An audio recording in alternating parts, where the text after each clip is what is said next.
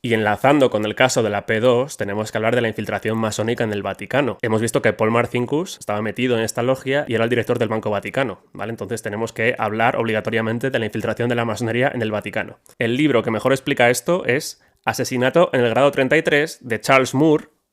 Lo tengo aquí, lo recomiendo, es muy interesante, está muy bien redactado, es muy ameno y te enteras muy bien de esto. Y aquí en este libro, Charles Moore, el autor, explica su propia vivencia como sacerdote viviendo en Roma en aquellos años, ¿no? El autor, Moore, cuenta cómo, mientras vivía allí en Roma, se hizo muy amigo de sus compañeros de piso, entre los que estaba el cardenal canadiense Edouard Gagnon, que había sido designado por el Papa Pablo VI para investigar la infiltración de la masonería en el Vaticano. Y le habían elegido a él, a Edouard Gagnon, porque sabían que era muy bueno indagando, investigando y demás, era muy fiable para hacer este tipo de labores, y él estuvo 3 años recopilando pruebas. Lo que se confirma en este libro es que había sospechas muy fundadas de que 2 eminencias en la iglesia en ese momento eran masones. Estamos hablando aquí de Annibale Bugnini, que fue secretario de la comisión que trabajó en la reforma de la liturgia católica en el Concilio Vaticano II, es decir, la liturgia de las misas que se hace a día de hoy, fue reformada por alguien que muy probablemente era masón. Tanto es así que cuando se demostró esto, el Papa, Pablo VI, le destinó a Irán. O sea, no quería tampoco hacer público todo esto para que no se produjera ningún escándalo, pero se lo quitó un poco de en medio y dijo, no, te destinamos a Irán, que allí nadie va a saber nada,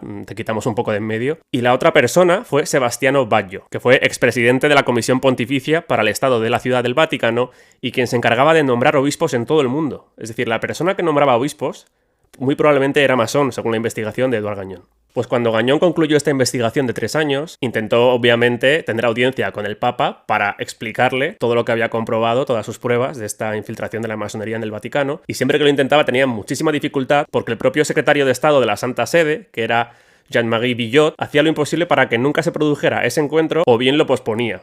Imaginaos por qué. Porque él sabía lo que traía Edouard Gagnon al Papa, las pruebas de la infiltración masónica. El secretario de Estado de la Santa Sede es la mano derecha del Papa, es el que se encarga de gestionar su agenda y demás. Si él no quería que se produjera este encuentro entre una persona que había investigado la infiltración masónica en el Vaticano con el Papa, podéis imaginaros el porqué. Pues bien, Edouard Gagnon lo intentó hasta con 3 papas diferentes. El primero fue Pablo VI, con quien finalmente se pudo reunir, a pesar de estas dificultades de las que hablaba, pero cuando vio estas pruebas irrefutables de la infiltración masónica en el Vaticano, le recomendó a Gagnon que esperara al siguiente papa porque él estaba muy mayor como para lidiar con algo así y era una carga sobre sus hombros que él no quería asumir. Posteriormente lo intentó con Juan Pablo I también, que fue el papa que duró 33 días. Por eso el libro se llama así, porque para Charles Moore es evidente que el Papa Juan Pablo I fue asesinado, porque duró además 33 días, un poco la firma de la masonería, ¿no? El número 33. Y después lo intentó con Juan Pablo II, ¿vale? También tuvo muchas dificultades para reunirse con él, y cuando finalmente lo hizo, después Charles Moore, que además era su chofer, le llevaba siempre al Vaticano para que Gagnon entregara su expediente, ¿no? Sus archivos con todas sus pruebas.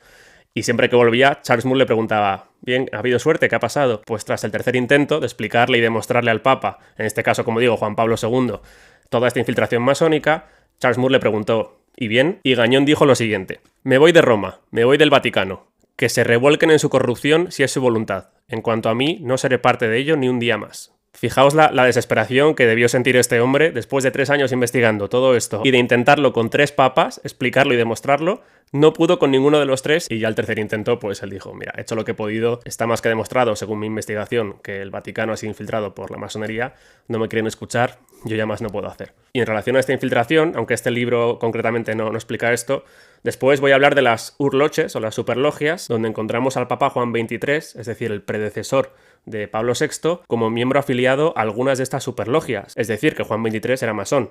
Juan XXIII fue el que convocó el Concilio Vaticano II. No es casualidad que ese fuese el concilio en el que Annibale Bugnini modificase la liturgia católica que se sigue en la misa, como acabamos de ver, y tampoco es casualidad que el papa que sucedió a Juan XXIII, que fue Pablo VI, fuese el que ordenó esta investigación de la infiltración masónica en el Vaticano y fue además el que dijo la célebre frase de «por alguna grieta ha entrado el humo de Satanás».